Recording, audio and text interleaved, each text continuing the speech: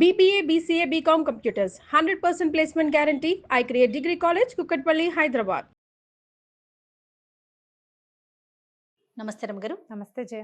రమగారు, ఏదైనా మంచి స్టోరీ చెప్పండి. చెప్తా మంచి స్టోరీ. పూర్వం ఒక పల్లెటూరులో ఒక మంగళ అబ్బాయి ఉండేవాడు. మంగళ అంటే క్షురకుడు, బార్బర్ పని చేస్తారు కదా.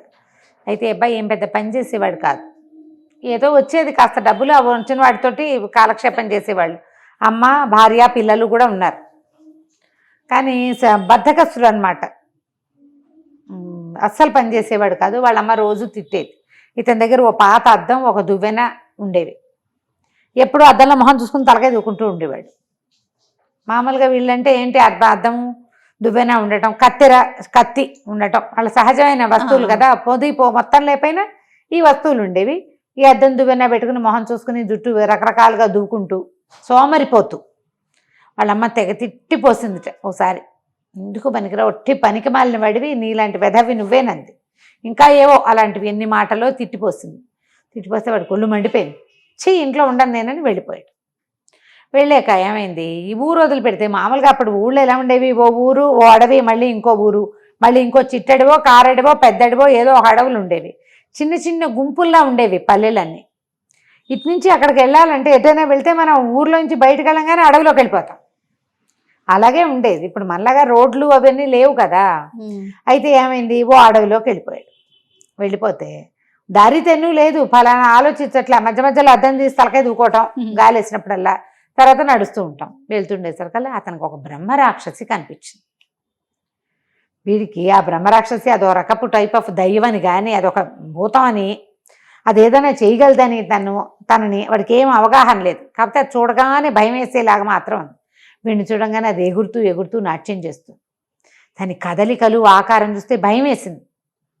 కాకపోతే ఏంటంటే వీడు భయస్థుడు కాదు, సోమరిపోతే కానీ. ఎందుకు డ్యాన్స్ చేస్తున్నావు, ఎందుకు నవ్వుతున్నావు నన్ను చూసి అని అడిగేసరికల్లా ఏమన్నా నేను నిన్ను ఇప్పుడు తినేస్తానుగా అనేసరికల్లా వీడన్నాడు, నాకేం భయం, నన్నెవరు తింటారు, నన్నెవరు తినలేరు. మా ఊళ్ళో దయ్యాలు పోతున్నాడు, నన్ను 4 బ్రహ్మరాక్షసుల్ని పట్టుకున్నామంటే ఇప్పటికి 3 తెచ్చా, 3 బండవాటిని తెచ్చాను, 4వ బండ దానికోసం చూస్తుంటే నువ్వు కనపడ్డావు, నేను పట్టుకు తీసుకెళ్తానన్నాడు. అనేసరికల్లా అది ఆ బ్రహ్మరాక్షసు అంది, నన్ను పట్టగలవా, నువ్వు పిచ్చికలా ఇంతే ఉన్నావు, నేను చూడు ఎంత ఉన్నాను అంది. దాందేముంది, నేను నిన్ను పట్టేస్తానని జేబులోంచి అద్దం తీసి చూపించాడు. చొక్కాకు ఒక అంగీకి ఒక జేబు ఉంది, చూడు నీ ఆత్మని ఇందులో బంధించేస్తానని దాన్ని ఇట్లా చూపించాడు. దాని మొహం అందులో కనపడింది బ్రహ్మరాక్షసు. కనపడేసరికల్లా హడిలిపోయింది. బాబు నన్ను వదిలేరా నాయన, నన్ను వదిలేరా నాయన, బాబు ప్లీజ్ నాయన అని బతిమలాడి, నిన్ను వదిలేదేలే, మా దయ్యాల పోతే అడిగాడు, నిన్ను అయితే తీసుకెళ్తాను గ్యారంటీగా అనేసరికల్లా అదంది, కాదు నువ్వు అట్లా అనబోక, నా దగ్గర 7 సంచుల డబ్బులున్నాయి, సంచుల గోతాలు నిండా ఉన్నాయి, 7 గోతాలు నీకు ఇస్తాను, నన్ను వదిలిపెట్టేసి హాయిగా బతుకుతున్నా. అడవిలోకి వచ్చిన నరమాంసం ఎవడో ఒకడు వస్తున్నాడు, వాడిని బతుకు తినేస్తున్నా, హాయిమని ఉన్నాను. నేను అటు ఇటు వెళ్ళను, బతిమలాడుకుంటే ముందు ఏం తెచ్చిస్తావో చూపించమన్నాడు. అది 7 గోతాల డబ్బులు చూపించింది.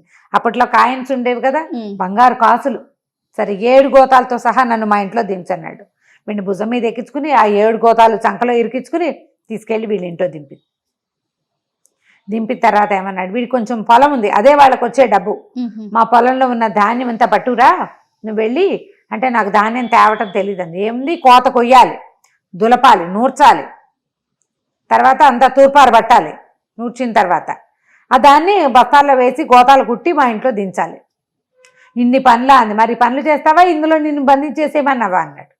అనేసరికి ఇంకేం చేస్తుంది, సరేనని ఈ 7 గోతాల డబ్బులు ఈ మంగళ వాళ్ళ ఇంట్లో దింపేసేసి పొలం వైపుకి బయలుదేరేసరికి ఈ 7 గోతాల డబ్బులు చూసేసరికి ఇంట్లో వాళ్ళంతా ఆశ్చర్యపోయారు. అమ్మ, పెళ్ళాము, పిల్లలు ఉన్నారు, అందరూ ఎగిరి గంతేశారు. డబ్బులు సంపాదించుకొచ్చేసాడు, ఇంకేముంది అని. సరే అన్నీ దాచిపెట్టుకున్నారు. కొన్ని చోట్ల పూలు పాతేశారు, కొన్ని మాటకెక్కిచ్చారు. అక్కడి నుంచి ఇంత చక్కగా ఒకేసారి ఇట్లా అడవిలోకి వెళ్ళంగానే సంపాదించుకొచ్చాడు కదా మొగుడు. అందుకని భర్తకి విందు చేయటానికి ఈవిడేం చేసింది, తను పెళ్ళాము ఒక 1/2 డజన్ చేపలు తెప్పించింది. చేపలన్నీ చెరువు దగ్గరికి పట్టుకెళ్ళి నూరు రుద్దుకొచ్చేసింది. బట్టి క్లీన్ చేస్తారు కదా, చేసి వంటింట్లో పెట్టింది. సరే అక్కడి నుంచి ₹1 ఒక బంగారు నాణ్యం ఇచ్చి కొడుకుని నూనె దినుసులు తెమ్మని బజార్ పంపించింది. ఏదో వాకిట్లో సవరించుకుంటుంటే ఏమైంది, ఓ పిల్లి వచ్చి ఈ తోము పెట్టింది కదా, చేపలు కాస్త తినేసింది. లోపలికి వచ్చి చూసుకునేసరికి నూనె దినుసులు అన్నీ వచ్చినాయి, ఇవి లేవు, చేపలు లేవు. పిల్లి కొరికేసిన ఆనవాళ్ళు కనపడుతున్నాయి. చేప ఫుల్గా ఉంటుంది కదా, అది తర్వాత ముక్కా చక్కగా కనపడింది, పిల్లి అడుగులు కనపడుతున్నాయి. దెందుంపదేగా ఇది పిల్లి కాస్త తినేసింది, దీని ముక్కు కోసేస్తాను ఈసారి నేనని చెప్పి ఏం చేసింది, భర్త దగ్గర కత్తులు ఉంటాయి కదా మంచివి, ఈ చేపలను కట్ చేసే కత్తులు కూడా, ఒక కత్తి పుచ్చుకుని కిటికీ దగ్గర నుంచి మళ్ళీ పిల్లి అటే వస్తుంది. ఇంతలో ఏమైంది, ఈ బ్రహ్మరాక్షసు ఉంది కదా, ఈ చెరువు వైపు నడుచుకుంటూ పోతుంది, ఆ పొలం వైపుకి వెళ్తుంటే ఇదేమిటి, భయపడిన బ్రహ్మరాక్షసి, అక్కడ బాటసారి బ్రహ్మరాక్షసు ఒకటి కనపడింది దీనికి దారిలో పోతూ. ఓహో, ఏమిటంత నీరసంగా వస్తున్నావు, నువ్వు అక్కడెక్కడో ఉంటావు కదా, ఇక్కడికి ఎందుకు వచ్చావు అని అడిగింది. అడిగేసరికి బ్రహ్మరాక్షసు అంది, వాడెవడో ఒక మంగళబ్బాయి నన్ను కాస్త వాడి నా ఆత్మని బిగించేశాడు, మరి ఇక నేను ఇంకో దారి లేదు, నా దగ్గర 7 గోతాల డబ్బు వాడి చేతిలో పెట్టాను, అయినా వాడు ఒప్పుకోలేదు, ఈ ధాన్యం పని చేయమన్నాడు, ఏం చేస్తాను, మనకు అలవాటు లేని పని, చచ్చినట్టు అది చేయటానికి వెళ్తున్నాను అనేసరికల్లా ఆ బాటసారిగా వచ్చింది కదా దయ్యం అంది, పక్కపక్కన ఆ బ్రహ్మరాక్షసి, నీ బొందా, నిన్నెవడు పట్టగలడు, వాడి వల్ల అసలు కాదు, అసలు మనని పట్టాలంటే బోల్డని మంత్రాలు మరడీలు కావాలి, వీడి దగ్గర ఏం లేవు, వాడికేం తెలుసు, నేను చెప్తా వాడి సంగతి, నువ్వు పొలం దగ్గరే కూర్చో, నేను వస్తాను నీ దగ్గరికి అని దీన్ని తీసుకుపోయి ఆ పొలం దగ్గర కూర్చోబెట్టి తను వచ్చింది. వచ్చి ఏం చేసింది, ఆ కిటికీ పక్కన నిలబడి కిటికీలోంచి ఇట్లా లోపలికి చూసింది. అదే టైంకి ఈవిడేం చేసింది, తనకి భార్య కత్తిపుచ్చుకుని నుంచుంది కదా, పిల్లి కళ్ళలాగా మెరుస్తున్నాయి ఈ బ్రహ్మరాక్షసుడి కళ్ళు కూడా, అది ఇట్లా కిటికీలోకి మొహం పెట్టగానే సర్రమని కత్తి పెట్టి ఇట్లా పిల్లిని కొట్టటాలు అవి ఎలా కుదురుతాయి, స్పీడ్గా చెయ్యాలి, ఏదైనా బెత్త ఉన్నా సరే గబుక్కుని చెయ్యాడిచ్చాలి, అది నిదానం మన దగ్గరకు వచ్చాక చెవులు పుచ్చుకుని పొట్టికాయ లేలేం మనం.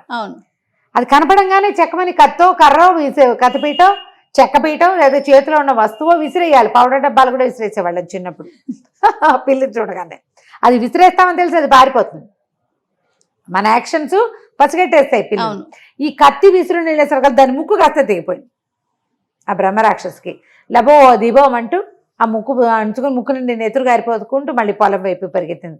ఓ నాయన, నిన్ను పట్టుకుని వాడే కాదు, వాడి పెళ్ళాం కూడా ఇలాగే రాకాసి ముక్కు కోసేసింది, పట్టు ఈ ధాన్యం పని నేను కూడా నీకు సహాయం చేస్తానని ఇద్దరు కలిసి గబగబా 2 ఎకరాల చేను కోసేసి టపా నేలకేసి కొట్టి నూర్చేసి, ఆ తర్వాత కళ్ళనిలోంచి 2 చాటలు సంపాదించుకొచ్చాయి, అన్నీ చక్కగా దులిపేసి బస్తాల్లో వేసి మూట కట్టి తీసుకొచ్చి పెట్టాక ఈ బ్రహ్మరాక్షసి అడిగింది, బాబు నీ పొలం పని అంతా చేశాను, ఇదే కాదు నువ్వు మళ్ళీ అడగకుండా చేలో అన్ని మొదలు కోసేసి అంతా నాళ్ళుగా ఉంటాయి కదా, వేళ్లలే ఉంటాయి, అంటే మోళ్ళుగా ఉంటుంది, మోళ్ళన్నీ పీకేసి చదును చేసి పెట్టాను, నాకు స్నేహితుడు కూడా సహాయం చేశాడు ఒకడు, మొత్తం పీకేసావు, నువ్వు మళ్ళీ పొలం కూడా వేసుకోవచ్చు బాబు, నన్ను వదిలిపెట్టేవా, నువ్వు ఈ పని చేయటం వల్ల నీ ఆత్మని పంపించేస్తాను బయటగానే. ఈ అబ్బాయి ఏం చేశాడు, జేబులోంచి అద్దం తీసి అద్దం వెనక భాగం చూపించాడు దానికి, అందులో తన మొహం కనపట్లేదు కదా, బ్రహ్మరాక్షస అమ్మాయి అని సంతోషించి